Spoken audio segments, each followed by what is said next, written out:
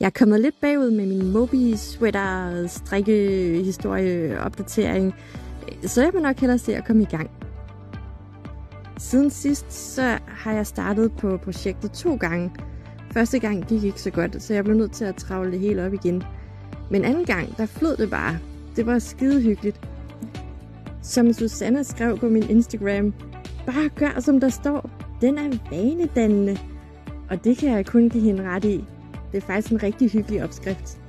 Så jeg har arbejdet helt ind til november, men så blev det december. Og det er en helt anden snak. Men her kommer der lige nogle billeder af, hvor langt jeg nåede helt frem til december.